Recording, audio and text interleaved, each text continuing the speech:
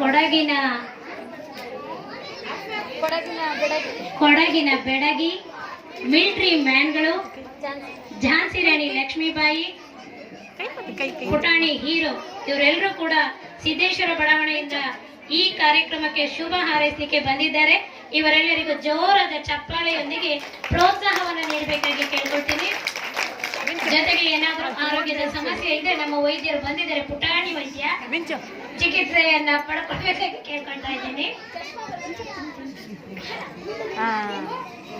ಧನ್ಯವಾದಗಳು. ಸಿದ್ದೇಶ್ವರ ಬಡಾವಣೆಯಿಂದ ಬಂದ ಎಲ್ಲ ಪುಟಾಣಿಗಳಿಗೂ ಧನ್ಯವಾದಗಳು.